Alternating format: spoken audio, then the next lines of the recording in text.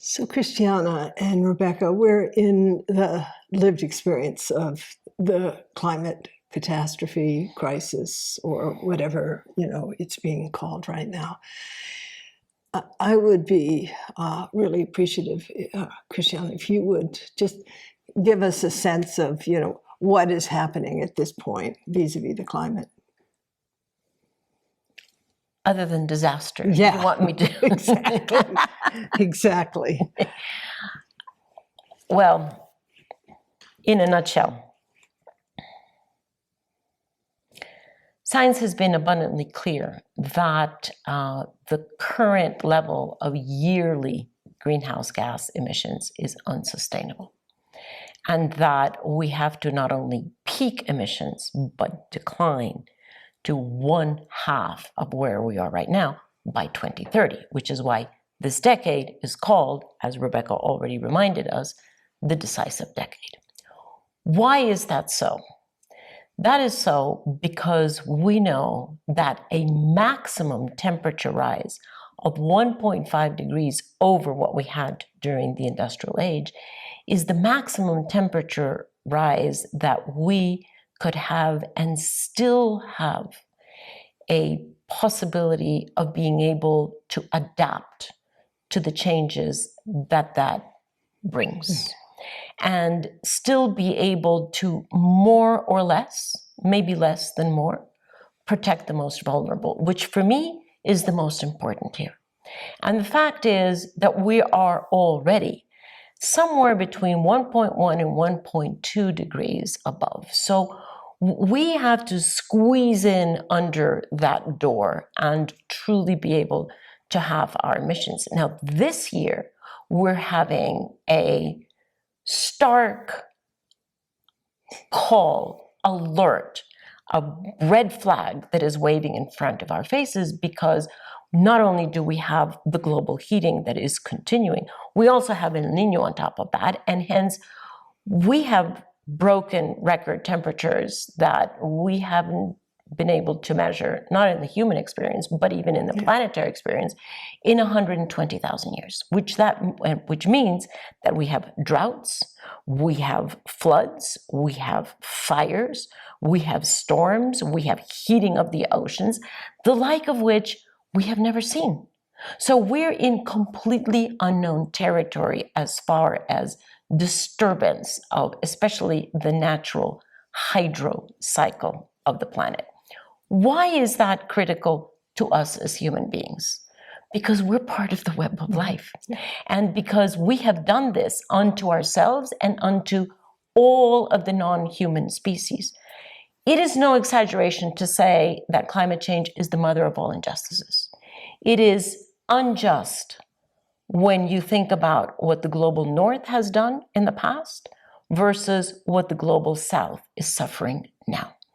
It is unjust when you think about what our generations and previous have done versus the generations that are being born and will be born. It is unjust with respect to socioeconomic standing, because those who have a higher income have automatically a higher level of emissions and don't really experience the consequences And because they can buy themselves out, where those who have negligible emissions are the ones that are suffering the most. It is unjust from a gender perspective, because honestly, who has taken all the decisions in the past 1,000 years? It's men.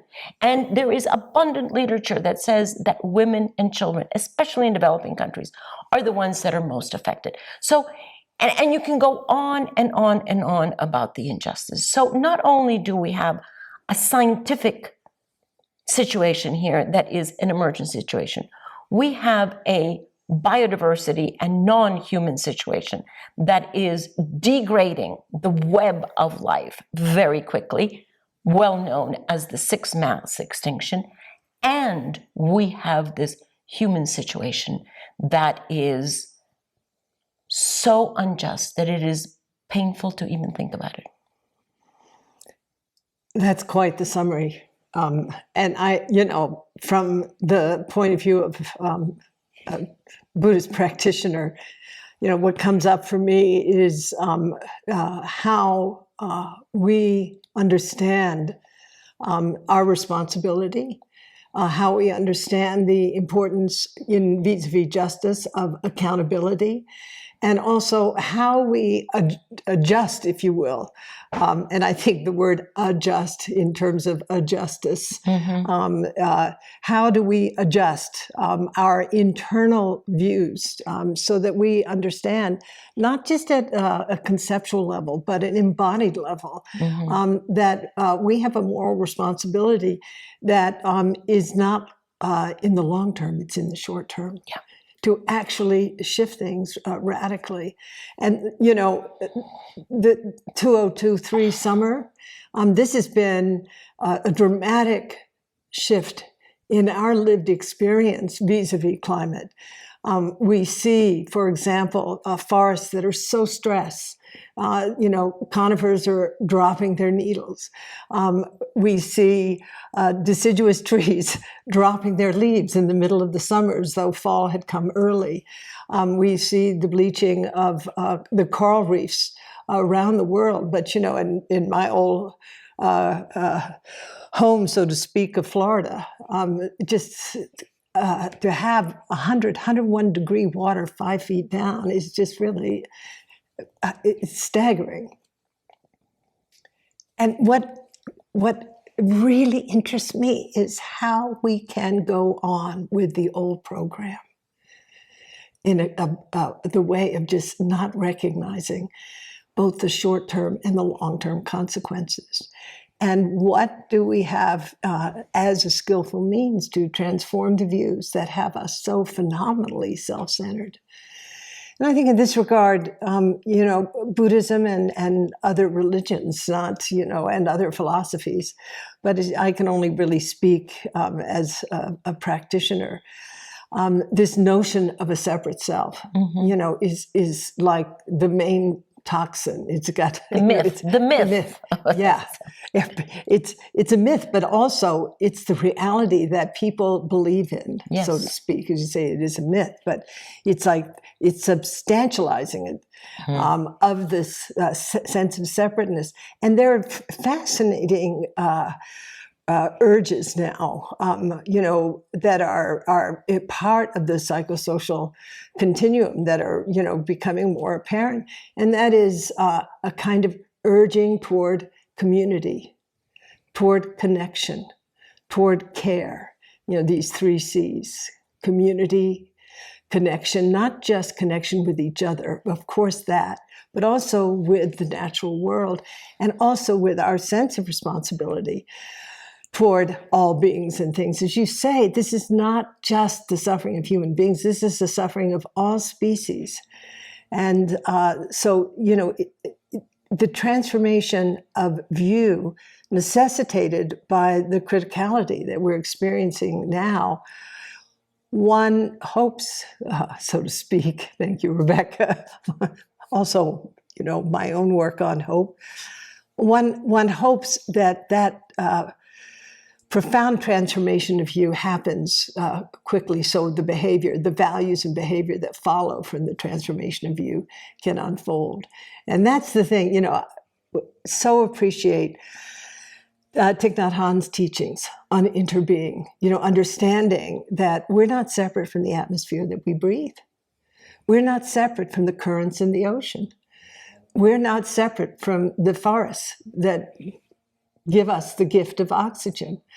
We're not separate from any species or thing. And he wrote a beautiful book called The Sun, My Heart, where, he talked about, really articulated this vision of interbeing. And Glassman Roshi, one body. And it's a fundamental view in Buddhism, that of interconnectedness, interdependence, and interpenetration. And how that arises, of course, from a base of emergency for some, which we're in, for others from the realization of, examining your own mental continuum and realizing you're not separate. There's no sense of, of an actual separate self. And I feel like, I appreciate the Buddhist perspective in this regard, but it's a perspective that many indigenous peoples hold as well. And it's a perspective that's not separate from Christianity or from Judaism or from Islam.